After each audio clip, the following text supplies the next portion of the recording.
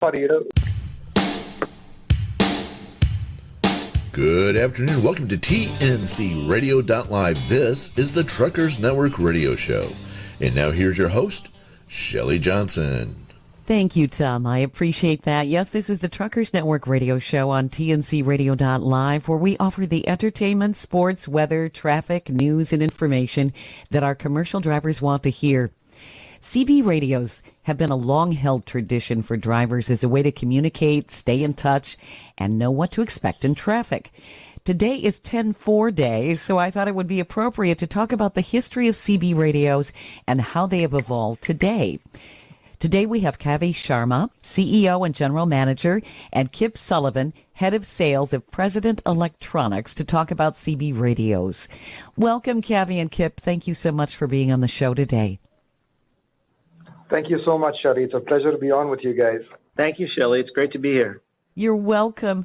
First of all, I was wondering if you could maybe talk about who President Electronics is for those drivers who are not familiar. Not all drivers today use CB radios, and we certainly would like to have them learn more about it.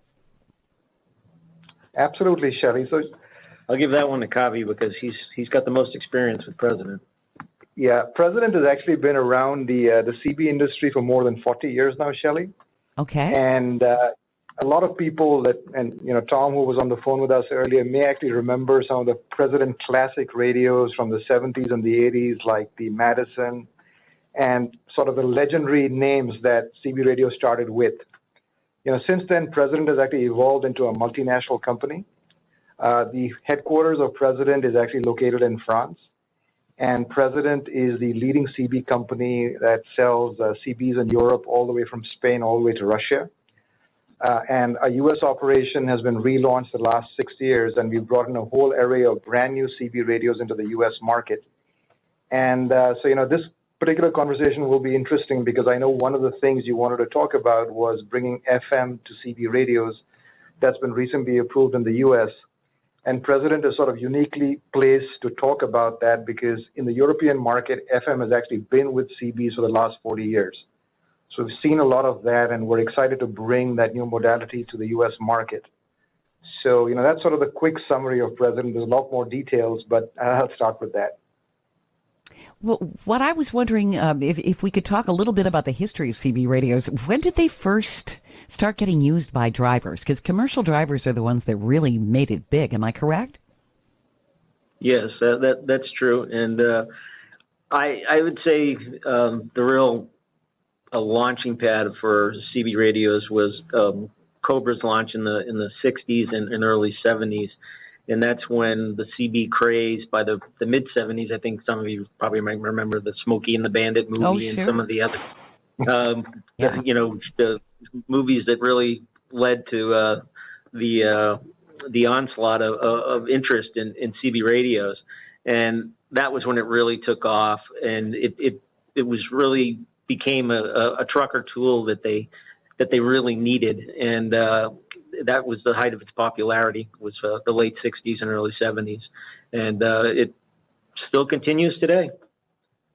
I even had a CB radio. Mine was a Motorola. I cannot remember the model number, but I remember I had a whip antenna and everything else. And I was, I think, about 19, and I was sitting at a Burger King drive-thru talking on my CB. And when I pulled up, they said, "Could you please stop doing that? We're hearing your conversation in the restaurant over our PA."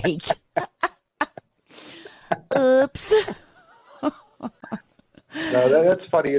Shelley, it's interesting that kids today talk about social media and Facebook and all these things. Well, CB radio was the original social network. Yep. Yes, it really was. Yeah, it's the first time in technology that you actually had a platform that anybody could jump onto and talk to a random stranger or a group of people. And the difference there was it was actually anonymous. Like right now, Facebook can track you, and there are all kinds of stories about your data. But CB was truly the first anonymous social network. So, people like Mark Zuckerberg talk about inventing social networks. We have to say, you guys didn't do it. We did it before you. Right. Exactly. Yeah. And then they had the phenomenon called Skip. Where I remember there was a driver looking for some directions on something, and I got on the CB, and I realized he was not in the area where I was driving. He was like 3 states away. It's like, Yeah. well, I can't really help you there. No, Skip can take for quite a long distance on some of the AM frequencies, and again to talk about the social media aspect of it, and people say today all the time, oh, why would a driver need a CB radio? And I say he's got he said they say he has a cell phone, and I said, well, that's great, but he doesn't know the phone number of the driver 3 miles down the road is going to tell him why there's traffic and there's an accident and a way to reroute around the accident or the trouble. And that's what a CB radio is great for. It's a trucker tool. And I think interesting. Oh, go ahead. Sorry, go ahead. I think that has always been a wonderful way for drivers to stay in touch with each other. And it seems like it wouldn't fall out of favor because, like you said, you can reach out to a driver 3 miles ahead of you and find out what's going on.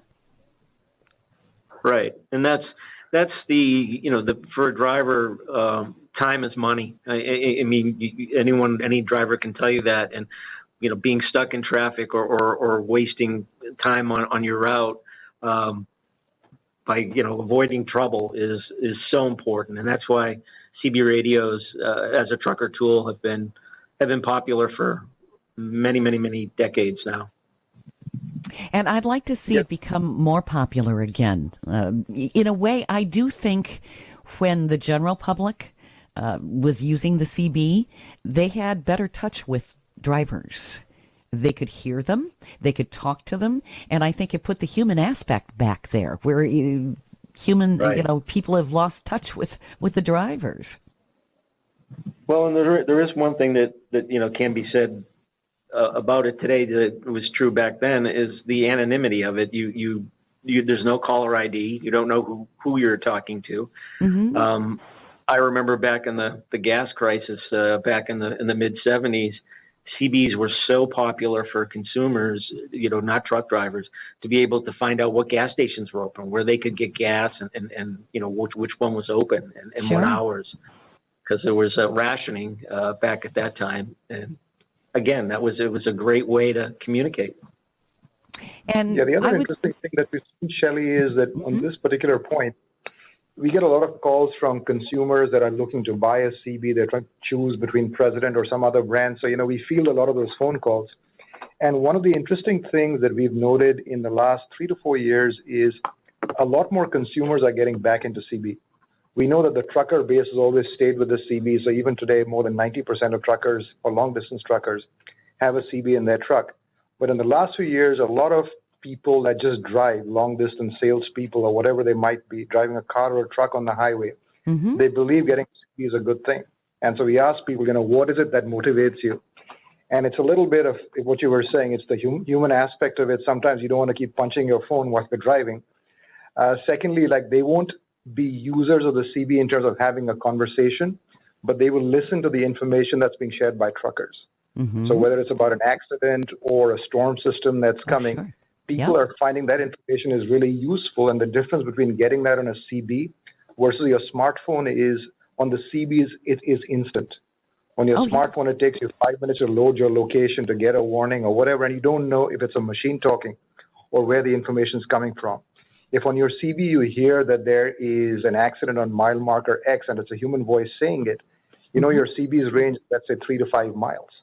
So you actually know for a fact that that is real information from a person that was on the spot. And so we actually see an uptick in the CB market over the last few years, which is quite interesting. I remember, and it's helpful too if you have an issue. I remember I was 19, I was headed to work. There was an accident on the freeway, which was going to cause gridlock for quite a while, and I was going to be late. Well, of course, I didn't have a cell phone. And I got on the CB, and I found somebody who had a landline who could call my work. And they did. They said, Shelley's going to be late. I mean, it was really, really cool. Oh, wow. And I got to know that person, too, in the area where I was living, That is cool. That's a great story. And, we keep getting anecdotes all the time like that. There was another person that called in the other day, and they just thanked us, for making a CB with weather on it. So they were actually in an area where there were tornado alerts. Mm-hmm. And a lot of the President CBs, you can set a weather alert on a weather channel even while you're on the CB mode. And if the government issues a weather warning on it, you actually get a notification. There's a horrible loud sound. Loud noise. And the CB cuts over to the weather and you're forced to listen to the alert. So this person said that, there were 5 or 6 tornado warnings they got while they were driving that they would not have known about if they didn't have a CB. So I think people are beginning to realize that CBs still have a lot of relevance, even though there are other technologies that do similar things. Right. I think what they say is nothing does exactly what CB does, right? So that's why it sort of remained irreplaceable, even with the advent of cell phones, laptops. I mean, today in a trucker's cabin, you have pretty much every piece of technology, but the CB is still there. There's a reason for it. And we want it to continue as a tradition, certainly. We're talking with Kavi Sharma, CEO and General Manager, and Kip Sullivan, Head of Sales at President Electronics. We're talking about CB radios on 10-4 Day here on the Truckers Network Radio Show on tncradio.live. Stay tuned for more great information coming up. This blog is brought to you by the Truckers Network at app.thetruckersnetwork.net. Team driving with your spouse, is it for you? Trucking's an exciting career with many opportunities. Although there are many benefits to being a truck driver, such as freedom on the open road and seeing new places, there's still negative sides like loneliness and boredom. Truck driving is also difficult for your marriage.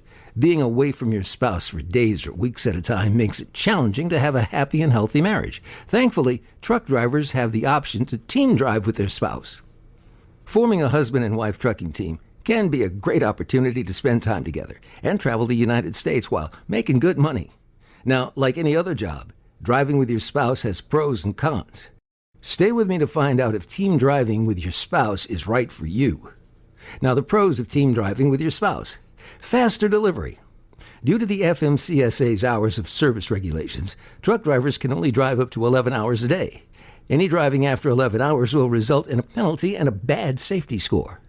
Truckers on average will drive up to 55-60 miles an hour. After their 11-hour shift, that adds up to a little over 600 miles a day. When you drive with your spouse, you can drive more miles.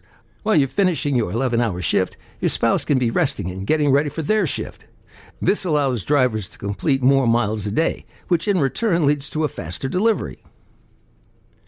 You won't feel lonely. Driving alone can lead to developing mental health issues later on in your trucking career. Studies show that depression and anxiety are some of the most common mental health issues in drivers today. Team driving with your spouse eliminates feeling lonely on the road. Having your spouse with you on the road gives you someone to talk to and enjoy your daily activities with. Make more money. A single truck driver makes less money per mile than one whose team drives. Why is that? Well, with 2 drivers, you're completing more miles each day, and therefore you reach your destination much quicker. Cons of team driving with your spouse. Difficulty getting along. They say that distance makes the heart grow fonder, and that's true. It can be difficult to get along with your spouse when you're in a small space for weeks at a time. You may find yourself wanting alone time to pursue your hobbies and interests. When you decide to team drive, you give up the possibility of any alone time in your truck. Lack of sleep. To make team driving work, your spouse will have to rest while you complete your shift of driving. Sleeping in a truck cab, especially if your spouse is noisy, can be difficult. As a truck driver, it's essential to have a good night's rest before hitting the road. Getting the right amount of sleep is not only good for your overall health, but it also makes you more alert and cautious when driving. Harder to find trucking insurance. If you decide that team driving's for you and your spouse, you might have trouble finding a commercial truck insurance company that'll write your insurance. When you team drive, your truck never stops. Therefore, the truck is at risk for higher exposure to accidents. Your truck's also more liable to having maintenance issues, which can result in getting violations. Conclusion? Driving with your spouse has many pros and cons. Our advice to you is to take a look at the pros and cons and determine if this is the right career path for you and your spouse. Trucking with your spouse can lead to many great memories. This blog was brought to you by the Truckers Network at app.thetruckersnetwork.net. Want to advertise on tncradio.live? Take advantage of great discounts for 2021. Check out the sponsors page at tncradio.live or send email to info@tncradio.live. This is the Truckers Network radio show on TNCRadio.live. I'm Shelley Johnson here with Tom Kelly as well as Tom Kirk. And our topic today on 10-4 Day is CB radios. We're speaking with Kavi Sharma, CEO and General Manager, and Kip Sullivan, Head of Sales of President Electronics, talking about CBs. Before we get into more detail on how CB radios have evolved, how did the term 10-4 start? It's interesting. We were talking about that earlier because we were saying it's 10-4 Day, and where does it come from? So we did a little research because it's just, to me, it's always been the general transmission for 10-4 over and out, and Sure. I know there are other transmissions like 10-8 means in service, or 10-7 means going off duty, but where did it start? And they were definitely developed for police and law enforcement in the two-way radio back in the, I don't know, maybe the 20s, 30s, 40s, whenever electronic communications first came out.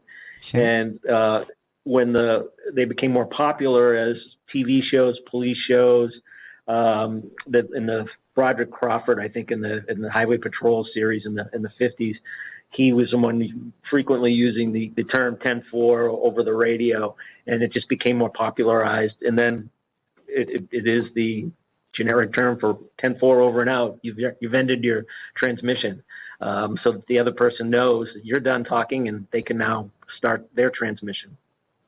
Yeah, the urban legend on that, Shelley, is that it was started by a police group in District 10 in Chicago. That's where the 10 came from. Oh, okay. And because they wanted to keep short messages, as Kip said, over and out was one, so that got coded number 4. I think number 8 or 10 or something was I'm going off duty. I forget the exact number, but that District 10, that was the prefix. 10-7. So that's where the 10 codes came from, maybe, too. That's where the 10 code came from. And then they added subcodes in front of it to describe the activity that was being transmitted. And people just thought it was such a cool idea. It became popular. And then, like Kip said, it came on TV a few times, and, that pretty much did it. Yeah. It became an American icon. Yeah. Oh, sure. And now it's almost common for just in regular conversation with a person to say, I agree or I understand. 10-4, I got it. 10-4. Yep. So that's how ubiquitous it's become in terms of a term that we all use in our everyday lives. Well, I think CB is a great communication. You don't have the instability, I don't think, of digital, obviously. So, I mean, you're going to have, with the AM, there's going to be some impact with the weather and that sort of thing. But you were saying that FM is going to be coming to CB radios too. Is that going to improve the fidelity substantially, or? It absolutely will, Shelley. So, the way AM and FM work they are very complementary in nature. So there are certain situations in which AM will be significantly better. And those situations would be in a longer distance when you're truly using skip atmospheric conditions to reach out as far as you can. Right. But AM typically, because of that, also picks up a lot of interference. Because it gets out further, because it's more affected by atmospheric conditions, Right. You get a lot of that buzzing, staticky sound that a lot of people dislike, and in fact is one of the reasons that people don't like to have their CB on in a cab sometimes. So what FM does is it is going to give you another mode of conversation with a CB that is going to perform much better in shorter distance conditions. So when you have two radios, both on FM, let's say within a couple of miles of each other, the sound quality is outstanding. It would sound like a professional walkie-talkie that the police and other professional organizations would use. Okay. So, depending on the environment that you plan to use it in, you could choose AM and FM. And so, for example, I go back to what I said about Europe, it's not like FM is used more than AM or the other way around. Every one of our radios in the European market has both AM and FM, and I would say they're equally popular. In the US, my suspicion is, because when you drive a long-haul truck, you probably want to get out as far as possible. Right. The Channel 19 usage on the highway is likely to continue being on Channel 19 AM, just because you get more distance. Right. I think where FM is really going to shine is in smaller groups. So I could imagine, let's say, a quarry setting with 20 dump trucks operating in like a 5-mile radius. For them, the whole experience with FM is going to be better because it's a cleaner sound, and they won't get the extraneous interference they might pick up if there's a highway close by and people are talking a lot on AM, right? Mm-hmm. Another use case would be, I would say, let's say you're driving a pilot car for an oversized truck. That conversation is going to be very sharp and clean if you use FM over AM, and you won't pick up the other interference that other drivers using channel 19 on AM might be. Probably for Jeepers and off-roaders, for those guys as well, FM will be a better solution because it's a closed group. So, that's why we really think that it's a great decision made by the FCC because it adds to the user experience, and it allows people to figure out what works better for them. So neither one is better or worse. They just perform differently and will give the user a better choice. I think to bring it all back to an analogy that we can all understand, growing up is before satellite radio, there was AM and FM. And right, yeah. You could pick up AM radio, you could pick up a Boston station on Route 95 in Florida in the evening. The distance was amazing. It might not have been, a great sound or a clear signal, but you were able to pick it up and get something out of it. Oh, Whereas when you lived in a local city, FM didn't travel very far, but the sound was great, especially for music and talk, where you could hear so much clearer on FM in a local area. So I think this is kind of what's going to happen, and we're excited about it because there haven't been many innovations that have come into CB radio products, and there's little ones, but nothing as dramatic as adding FM into as a new frequencies. Mm-hmm. So it gives us all a reason to upgrade our CB, get a new CB radio, get with all the latest technology, and really be on top of the the latest greatest what's going on in the industry. Sounds exciting to me. Mr. Kirk, you're a driver. What are your thoughts on it? I'm really anxious to see what would happen because I know a lot of drivers, when they talk about some of these accidents, particularly of the winter, saying, well, hey, if they had CBs, this accident would have happened. In some cases, maybe that's where it is. But in some of them, unfortunately, they did have radios and they were still not driving with common sense. And I think that's the first thing with the CB radio. You have to remember, it doesn't replace common sense. That said, and too often it seems to people like, well, I got a CB radio, I'll know what's going on, and they still drive like a lunatic. So number one, CB radio never will replace common sense.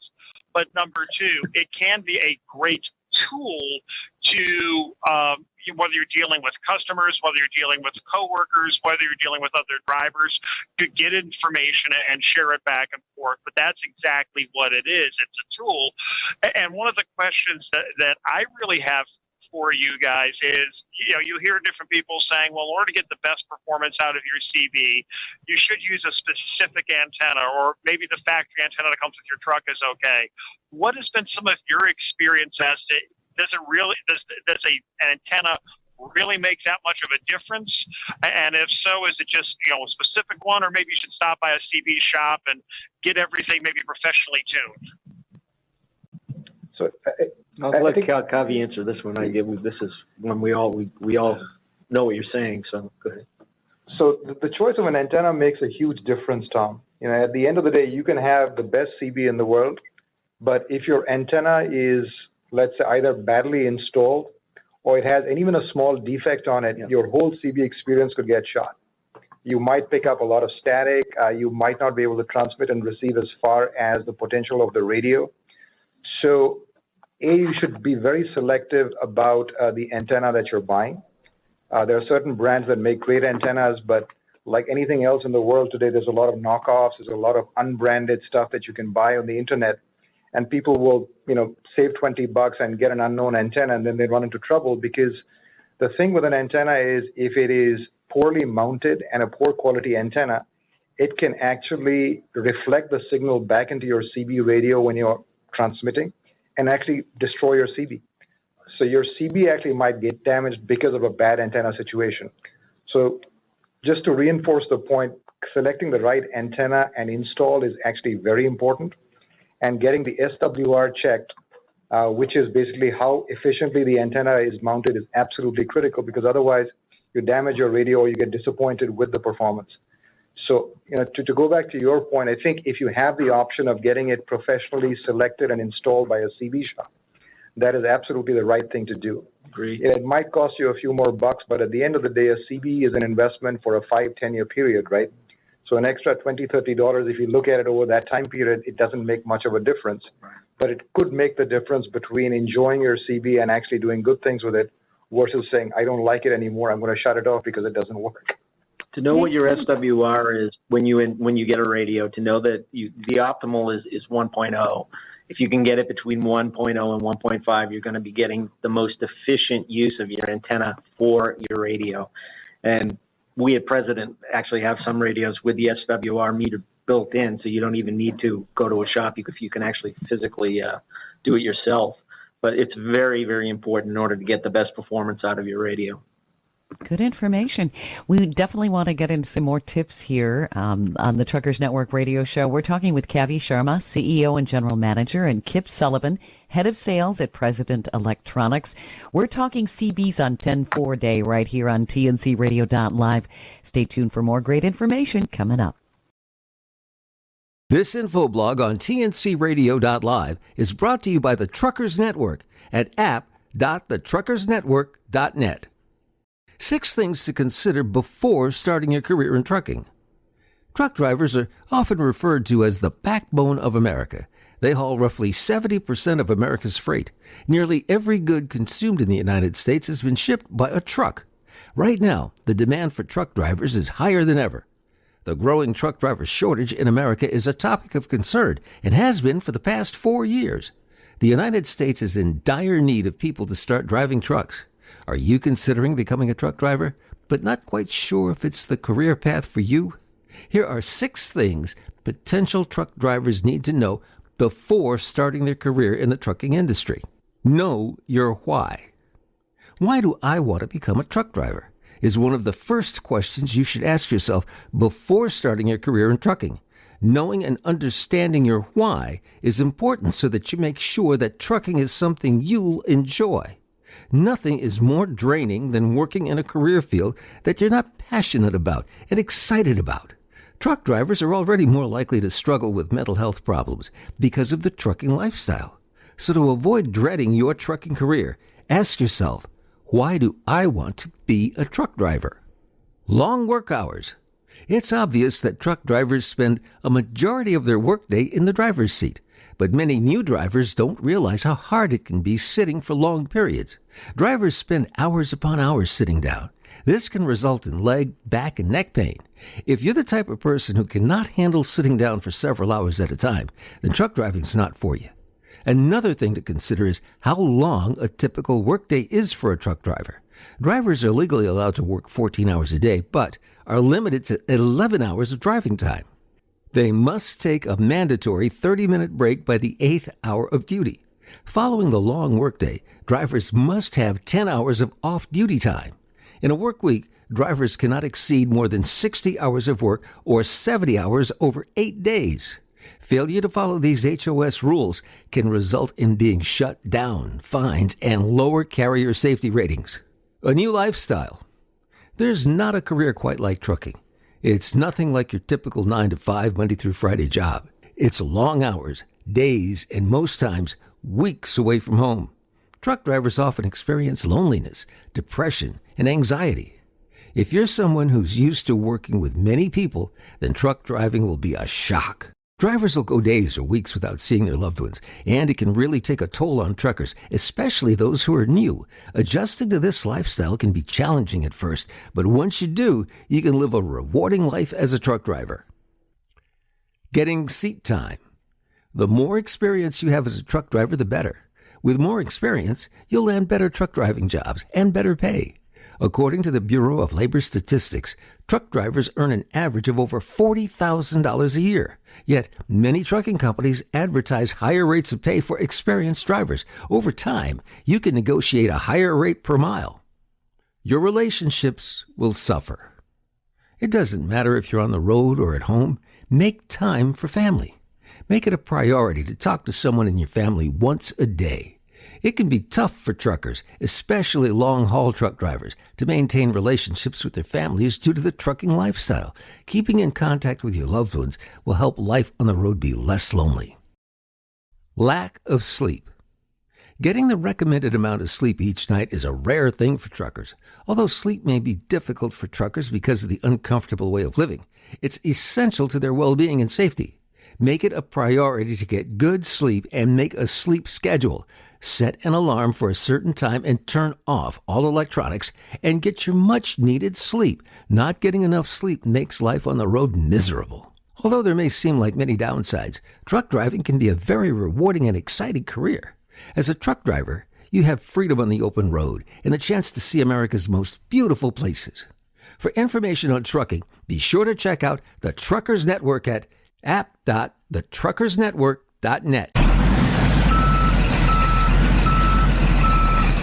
For the latest in traffic, weather, and information, catch the Morning Grind weekdays right here on tncradio.live.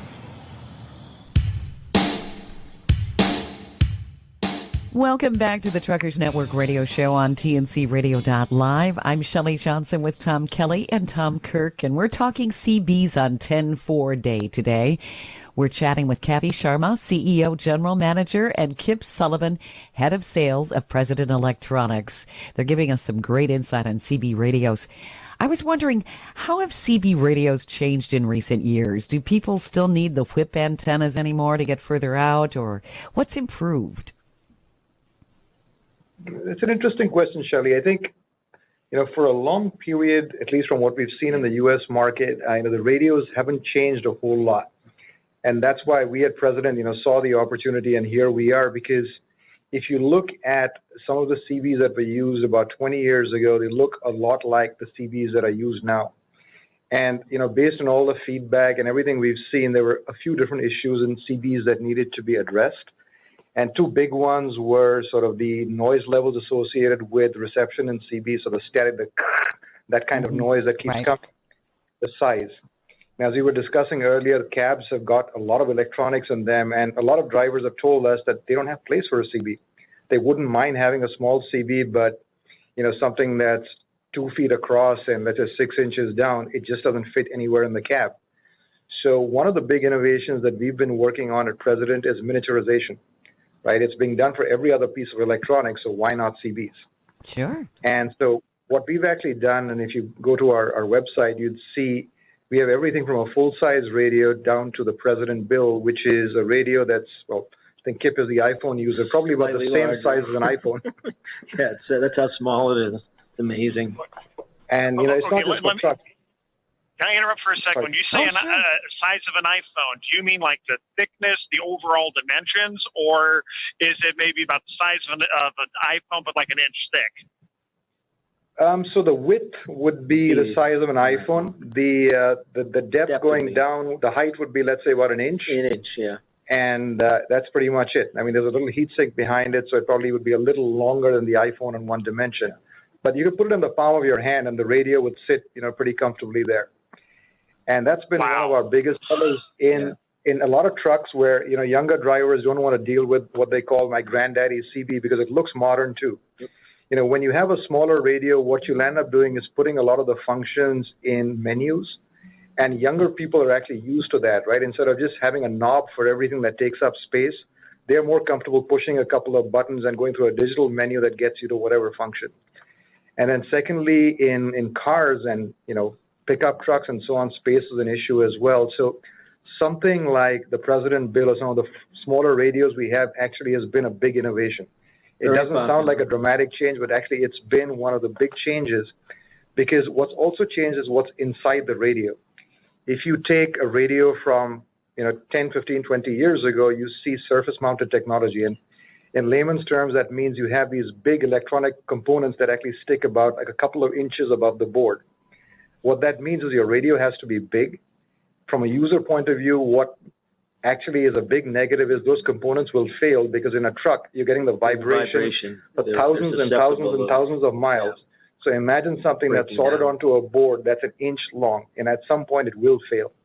So with the smaller radios, not only are you saving a lot of space, you're actually getting a radio that's going to last longer because everything is miniaturized and there's no big pieces sticking out on the board itself. So that's been a big innovation. The other one that I mentioned is around just I'd say the sound quality associated with radios. And at present, one of the big innovations that we have and we brought into the US market is something called automatic squelch control. And Tom, you being a driver would know this. When you're using a CB to get the optimal reception, there's a button called Squelch that you have to manually manipulate to get the most clean sound. And when you're driving a big semi at 80 miles on the highway, that's probably not something you would want to do, right? So with President... It can be annoying to have to be constantly adjusting it depending on where you're at. If it's an area with high interference, to get it just right so that background hiss isn't annoying you. And like you said, at a certain point, you have a tendency to crank it up too high, which means usually then you've cut your range down so much by the time you get that information, it's too late. So I can already see where this automatic squelch is going to be huge for drivers. Yeah, it's a great feature. And you hit the nail on the head. So, all you got to do is you put the ASC on. So you turn the squelch button all the way. You see a little logo of ASC that comes up on our radios. And that's it. You can drive in peace.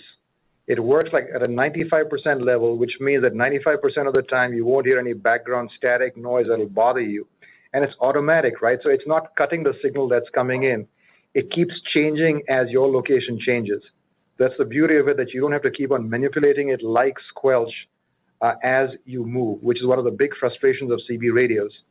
So those have been some of the innovations that we've had, and all our radios in the US have those features, and we've been getting great feedback from drivers on those particular points.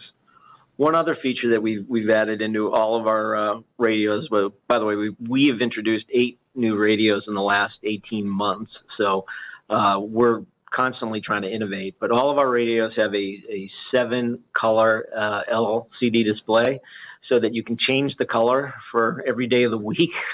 So cool.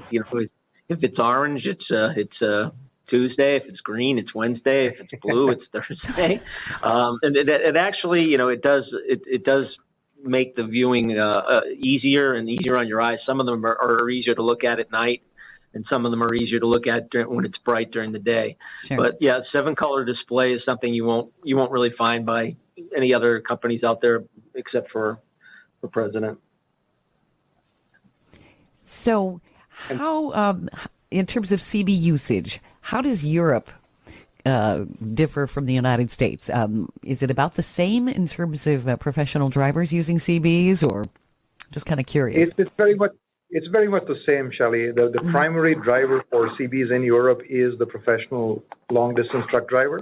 Mm-hmm. And if anything, I would say the usage in Europe is higher for one reason, and this is interesting. It's because you have drivers that go across countries, right? So you have a Spanish driver that drives into France, and he doesn't speak French. He only speaks Spanish. So what's a very interesting thing in Europe is each language has developed sort of its own version of Channel 19.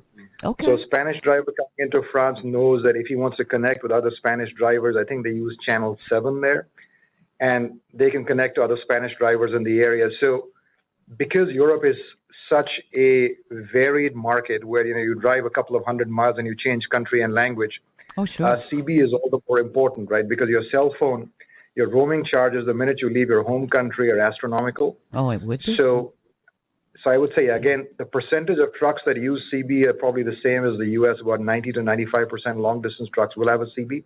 Mm-hmm. Their usage is much heavier just because they keep changing country and language and so on. So it's a very interesting market. And then you have, on the Eastern European side, you have a lot of new economies that have come into the picture, places like Uzbekistan and places like that, where they've discovered a lot of natural resources like petroleum, etc. And so you have drivers driving across vast tracts of land that are unsafe. There's no good policing and so on. So CB actually is a critical tool for safety. I saw a video recently from our people in Russia, and this was taken by a driver. This is not a made-up video or anything. And it showed that a driver was stopped by a gang of cars on the highway, mm-hmm. and they surrounded the truck. They got him to stop, and they were about to beat him up and steal his goods. And he got on the CB. He called any driver in the area, and I'm not kidding, within 5 minutes, there were 15 trucks that pulled up. So, you have all these Yeah. great stories about the value that CB adds. And in some countries where safety is a bigger issue than it would be in the United States, the criticality of having a CB in your truck is even higher. But Well, to go back to your question, oh, CB is very popular in Europe even now. Before cell phones were as common, I certainly felt safer when I had a CB radio in my vehicle. I knew that I could reach out if I was in trouble. And I think that a lot of the motoring public at the time, especially with the popularity prior to that of Smokey and the Bandit and everything else, they really started seeing the genuine need for a CB radio. And you can communicate, you can let people know, hey, I'm in trouble, this is where I am. And I would love to see more people using CB radios again. I mean, I have a fondness for it, obviously. I like radio, but it's just a wonderful tradition, Absolutely. And we're seeing, more of it come back. We get emails and calls on a daily basis of somebody saying, I haven't used CB in 20 years, but for whatever reason, they picked up a CB again and they and their buddies are enjoying that time, right? Yeah. And we're beginning to see that people understand that CB is different. Like Kip and I live in Naples, Florida, and here we've got something called hurricane season that is fairly unpleasant, for about 3-4 months of the year. You could have hurricanes that come through, knock out the power for a couple of weeks at a time. Cell phone signals are absolutely gone. We had this with Irma 2 years ago. Yeah. And the only thing that works at that time is CB. Yeah. And I'm not kidding. Right after Irma went, we actually had a lot of people saying, I'd like to get a CB now. I may only use it once every X years, but at the time that I need it, it's there. And that's the value of CB. Yep, absolutely. The ability to communicate when nothing else is available, and CB is the medium for you to use. Exactly. We have to go to break here. We're talking with Kavi Sharma, CEO and General Manager, and Kip Sullivan, Head of Sales of President Electronics. We're talking CB radios. We're going to talk some more CB right here on the Truckers Network Radio Show on TNCRadio.live. Stay tuned for more. This blog is brought to you by the Truckers Network at app.thetruckersnetwork.net. 5 awesome tips for finding safe overnight truck parking. Truck drivers face many challenges in their career, and finding safe overnight truck parking is one of those challenges. After the tragic murder of truck driver Jason Rivenberg, Jason's Law went into effect to help protect the thousands of truck drivers who need to find safe overnight parking. Although Jason's Law was put into place to help drivers, safe truck parking continues to be an issue for truck drivers across America. We've put together a list of tips that'll help you make the process of finding safe overnight parking easier for you. Plan your trip. Pre-planning your trip is something every truck driver should consider doing. Not only does it allow you to map out your overnight parking, but it allows you to map out where you can get fuel and food. Before you hit the road, take a look at your route. Avoid scheduling truck parking in high-crime cities or congested areas. Pro tip: download the app Truck Park. With over 200 secure locations, the Truck Park app allows drivers to schedule their overnight parking in advance, so drivers don't have to worry about driving around to find a parking spot. Not only is it a relief to have your parking spot booked, but it's also more productive with HOS. Also, if you're a member of the Truckers Network, drivers get instant access to a 15% off promo code to use when booking a parking spot with TruckSpot. You can sign up for just $5 a month. Park early. If you don't choose to reserve your parking spot through Truck Park, we suggest parking early. The majority of safe parking spots will fill up quickly before it gets dark. If you can, start driving early in the morning so that when it's time to quit driving for the day, you won't find yourself fighting for a parking space. Park in a well-lit area. Walmart parking lots are an extremely popular location for overnight parking. Why? Because they're well-lit areas. When planning your trip, it may be difficult to know whether they have well-lit parking available. If you find yourself in a situation where you don't feel safe, talk to your dispatcher. They might be able to help you find secure truck parking. Lock it up. It may seem like a no-brainer, but you'd be surprised as to how many truck drivers forget to lock up their truck and trailer for the night. So before you go to sleep for the night, make sure to lock everything. Insert a dash cam. Dash cams are a great way to provide evidence if your truck was in an accident or vandalized. It's always refreshing to know that you have an extra set of eyes on your truck. This blog was brought to you by the Truckers Network at app.thetruckersnetwork.net. For the latest in Houston traffic, weather, news, and information, don't miss the Evening Surge on TNCRadio.live.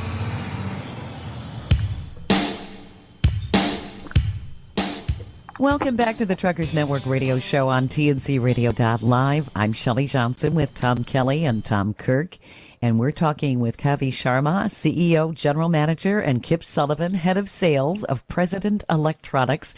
We're talking about CB radios on 10-4 day. Mr. Kirk, you said you had a question for Kavi and Kip. If somebody's maybe hasn't used CB radios in a long time, or maybe wants to get into them the first time, what are some of the features that maybe somebody should look for specifically? And along with that, if somebody's maybe looking to upgrade their CB radio, get into something that's not their grandfather's CB radio, what are some of the useful things they should look at to maybe differentiate the CBs? That's a great question, Tom. I think that when you're getting in and re-entering, I think keeping it simple, off the start, so that you're not overwhelmed and confused by some of the different features and trying to deal with the different buttons that maybe you don't completely know how to use. So, keeping in the, maybe not at the entry level, but step up from that and learning, how to get back into the CB business, and then maybe upgrading in a year or two down the road when you're more comfortable. Some of the features that we see that drivers are like and are really the experienced people that have some time and have done it are like, we have a single sideband unit, the McKinley, which is extremely popular.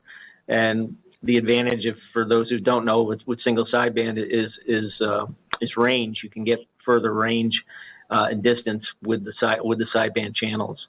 And it's a little bit more money, but it's a great feature, and it's one that the drivers that are been doing it for a while and are comfortable with it are very, very excited about.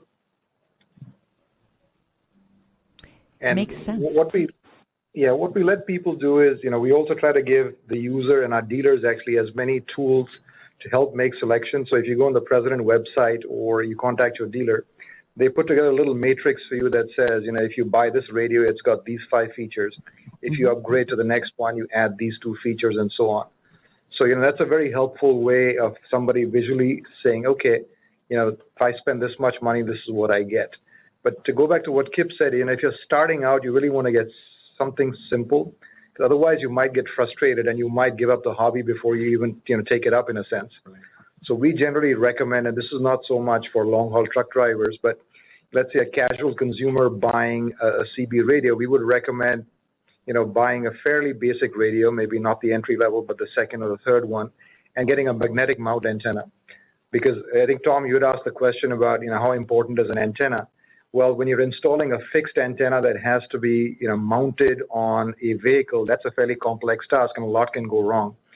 So we would recommend buying a radio with a magnetic mount, because you just clamp that on the top of your truck or your car. You're good to go. The SWR is probably going to be quite good. And then similarly for the inside, rather than trying to do a fancy mount that you might make a mistake, and you can buy a CB radio with a cigarette plug adapter at the end of it. So you don't have to permanently mount the radio in your car before you're comfortable with the hobby. And it's interchangeable. You can use it between your car or your wife's car, or that's always an advantage. Yeah, so it's a nice way to not limit yourself. And if you're afraid of it maybe being stolen or something, you can throw it in the trunk. Nobody sees it. Yeah. At advertising, you've got it. Exactly. No, that's exactly right. And, we've got, for example, the small radio we were talking about, the President Bill, that's actually got like a quick release mount. So even if you mount it permanently in your truck, it's like a smart little design where you can slide the radio out from the mount and throw that in your trunk if you wanted to. So what we've been trying to do is just come up, for different ways to improve the user experience, whether it's shrinking down the size of the radio, modernizing the electronics, putting unique features like ASC, automatic SWR, a unique warranty 2 + 3 years. just to give people a sense that CBs are getting better. There is technology. So if you spend money with us as a company, we're putting that money back in research and design, Right. and we'll come up with something better next year. So as Kip said, we've come up with 8 radios in the last 18 months, but we set ourselves a target of 8 radios in the next 12 months now with the advent of FM. So That's it's going to be a challenging time. We're looking forward to it. Yeah. That's pretty exciting. Yeah. I'm really excited at all the innovations. This is neat, and I would love to see people who think, gee, CB radio, that's what my grandpa used. They'll say, whoa, this is pretty cool. Exactly. And that's really, the thing is, for CB to go on, Shelley, to your point, the next generations need to adopt it, right? Because otherwise, at some point, it's just kind of languish and go away. Right. So you got to get the younger people excited by giving them a product that looks like it belongs to them. Yes. And that's why the digitization, the smaller form factor, making it feel a little more like their cell phone in a sense. Yeah. These are important things. Yeah, because it's all about that, and you got to look cool. You gotta that's look part cool, of it right. too. Yeah, what the heck, Cool. Right. So we have about 3 minutes left here. Do either Tom Kirk or Tom Kelly have a question? I'm not hearing anything, so I guess not. I'll try to see if Tom had one and see if I could think of something else we haven't covered. You mentioned a little bit single sideband here a few minutes ago. Yeah. Like an FCC license for, or is that something anyone can use? I know normal CB you don't have to have a license for, but some of the 10-meter CBs you're supposed to have a ham license, etc. Right. That's a great question, Tom. Yes, and that we should clarify that. In order to use a single sideband, you do not need an FCC license. The 10-meter, yes, you do. You need to apply for an FCC license if you're using a 10-meter radio. But traditional CBs and CBs with single sideband, you do not need an FCC permit. Now, this will show you how long it's been since I've been doing all of this. Back in the day, before I could get my 10-meter license, I had to get my 2-meter license using Morse code. Do they still make you do all that? It's a fairly intensive process, but I think there are grades of becoming a 10-meter user now. I don't know if they had that back in your time, Tom. Yeah, back in my time, we seriously, you had to be able to read and receive and send Morse code at a certain level to get your 2 meters license, and you could not get beyond your 2-meter license if you didn't do that. That's right. Yeah. Pretty Amazing. involved. They had to do a lot of studying. We have a little over a minute. Where do people find your CBs at President Electronics? So you can go to our website as a start. It's www.president-electronics.us. And so all our products are listed on there, Shelley, and we have a dealer map. So depending on what part of the country you're in, you can click on. Or even Canada, and you just click on the geographic area, and it'll bring up who our authorized president dealers are, where they can find them. And then, of course, like anything else in the world of today, you can just do a search on internet. Google, and our products are available on Amazon.com, Walmart.com, and actually, you're talking about Radio Shack, RadioShack.com as well. Excellent. So it's pretty easy because we've got wide geographic coverage, and no matter what part of the country you're in, the U.S. or Canada, you should be able to find our radios pretty easily. And our number is posted online. Okay. So anyone that has questions about our CBs or just wants to talk a little CBs, we'd love to hear from you. Thank you for listening to another great interview on TNCRadio.live and the Truckers Network Radio Show. All of the material you hear on TNCRadio.live on our website, our broadcasts, or our podcasts are copyrighted. There can be no distribution without the express consent of TNCRadio.live and its partners. For inquiries, write us at info@tncradio.live. Radio.live. Radio.live. Radio.live. Radio.live. Radio.live.